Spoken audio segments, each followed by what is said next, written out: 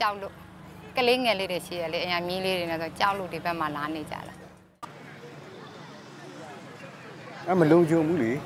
ဘာလို့ဆိုဘေးအိမ်တွေတိုက်တွေက6ထပ်9ထပ်တွေကအကုန်လုံးရိုင်ရွက်ပြီးတော့စောင်းနေတော့အချိန်ပြေးပြိုပြီးတော့လဲကျနိုင်တယ်လေ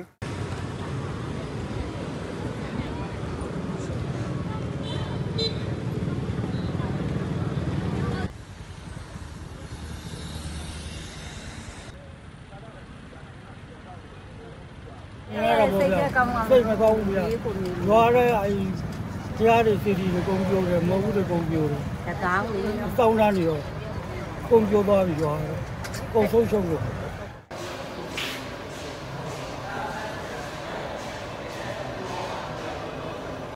။ရာကနေနေတာပါလေ။ဒီအချိန်လောက်ကြီးတော့ပုံစံအောင်ထွက်နေကြတော့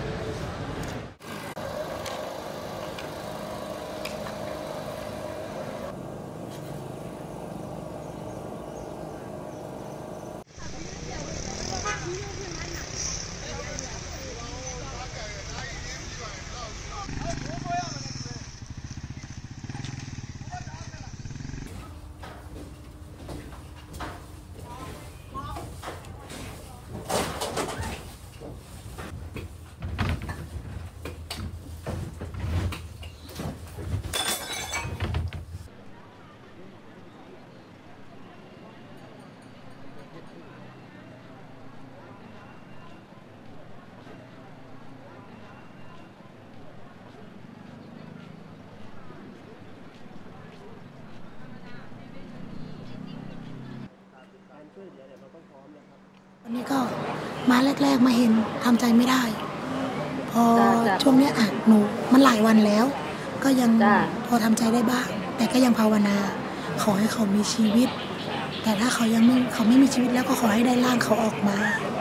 จะยังไงก็ช่างขอให้ได้เจอเขา